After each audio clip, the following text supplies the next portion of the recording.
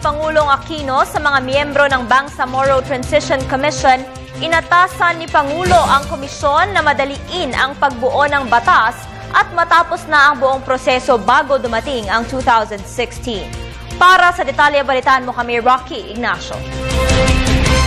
Hinikayat ni Pangulo Aquino ang Bangsamoro Transition Commission na mabilisin ang pagbalangkas para sa pagbuo ng Bangsamoro Basic Law. Sinabi ito ni Presidential Advisor on the Peace Process, Teresita Deles, matapos ang courtesy call ng Transition Commission sa Pangulo sa Malacanang.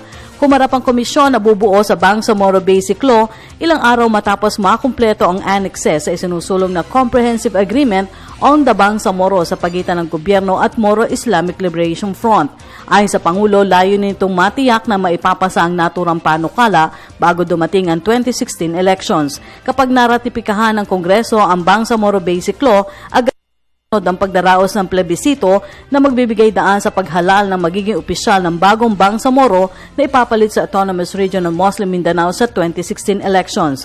Ayon pa kay Deles, naging pagkakataon na rin ang pulong upang ma-update nila ang Pangulo sa kaugnay ng proseso. Formal na maipinaabot ng Pangulo ang pasasalamat at buong suporta sa Mindanao Peace Negotiators at Transition Commission. Kabilang na niya dito ang pagtiyak ng Pangulo sa suporta ng national government sa pamamagitan ng technical at political support pati na ang pondo. Nagpahayag rin niya ng kumpiyansa si Pangulo Aquino na suporta na bubuing Bangsamoro Law na sesertipikahan bilang urgent.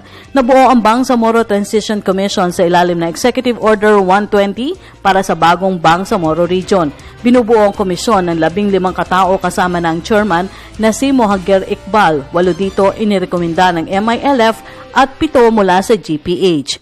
Para sa Telebisyon ng Bayan, Rocky Ignacio.